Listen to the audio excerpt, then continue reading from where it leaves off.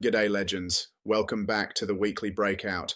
I'm MICKVATAR, Michael's pixel-powered doppelganger, crunching numbers and dropping knowledge bombs while the real deal's out chasing birdies on the golf course. Who needs fairways when you've got firewalls, am I right? Quick disclaimer, this video is for education and entertainment only. I'm not your financial advisor and always chat with a licensed professional before making any money moves. Let's break it out. Alright legends, buckle up because today we're diving into the world of rent to buy or rent to own cars right here in Australia. If you've ever dreamed of sliding behind the wheel of a new set of wheels, but your bank account's looking a bit skinny on the deposit front, this might sound like a sweet deal. We'll break down how it works, especially with those low deposits, and weigh up the advantages and disadvantages for everyday Aussies like you and me.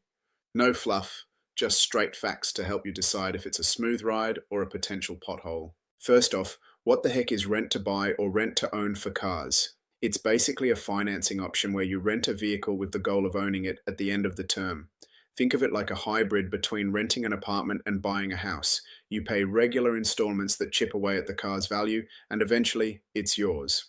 In Australia, companies like Yes Cars, Rent to Own Cars, or even some dealerships offer these schemes, often aimed at folks with less than stellar credit histories or those who can't cough up a big upfront deposit. Here's how it typically works, step by step. Pick your ride and apply. You browse used or sometimes new cars from the provider's stock. Approval is usually quicker and easier than a traditional car loan because they focus more on your current income and employment rather than a spotless credit score. You'll need basics like ID, proof of income, and maybe a bank statement. Low deposit magic. This is the hook. Deposits can be as low as $500 to $2,000, way less than the 10 to 20% you might need for a standard car loan, which could be $5,000 plus on a $30,000 car.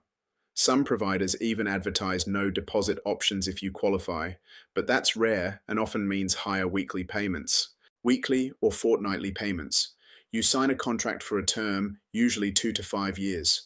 Your payments, say $100 to $300 per week, depending on the car's value, cover the rental fee, which includes interest, and a portion goes towards the purchase price. It's like leasing, but with ownership baked in. At the end, you make a final balloon payment, or the last installment, and boom, the title's in your name. What's included? Often, these deals bundle in rego, insurance, roadside assistance, and sometimes servicing, so it's all in one. But read the fine print. Extras like that can jack up the cost. The end game. If you stick it out, you own the car outright. But if life throws a curveball and you can't keep up payments, the provider can repossess the vehicle, and you might lose what you've paid so far. Now let's hit the accelerator on the advantages for Aussies. Low barrier to entry. That tiny deposit means you can get driving sooner without saving for ages.